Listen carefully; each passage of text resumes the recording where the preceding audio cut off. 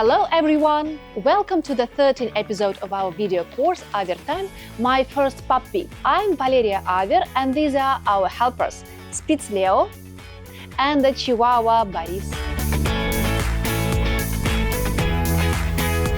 Today we'll talk about how to travel with your puppy. You will know how to prepare a document checklist, what microchipping is, what health certificates you need for the trip, and the differences between traveling by train and flying. Let's start with preparing the document checklist. The first thing you need to do is to prepare a list of documents your puppy will need for the trip. This will help ensure you don't forget anything important. Here is a list of documents you'll need: veterinary passport with vaccination records, health certificate for your puppy, microchipping documents, especially important for flights. Authorization for animal transportation is required by several transport companies. Always check the rules with a specific carrier. Make sure you have all these documents before your trip. Microchipping is the process of implanting a small microchip with a unique number under your puppy's skin. This number is registered in database and helps locate your puppy if they get lost. Microchipping is a quick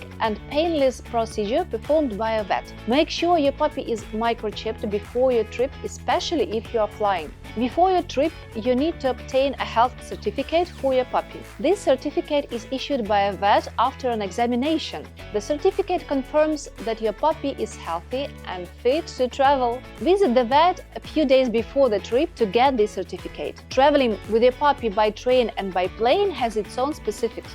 Let's take a look at them. On a train, you need to check the rules for transporting animals in advance. Usually, the puppy must be in a carrier or on a leash. Make sure you have all the necessary documents, such as the veterinary passport and health certificate. Microchipping may not be mandatory, but it's best to confirm with the carrier. For flights, you also need to check the airline's rules. Often puppies are allowed to be transported in cabin and a carrier if they are small, or in a cargo hold if they are larger. Be sure to check which documents are required, including microchipping and a health certificate, as microchipping is usually mandatory for flights. Remember that the rules are set by the airline, so always check with your carrier before the trip to find out what the requirements are. That's all for now.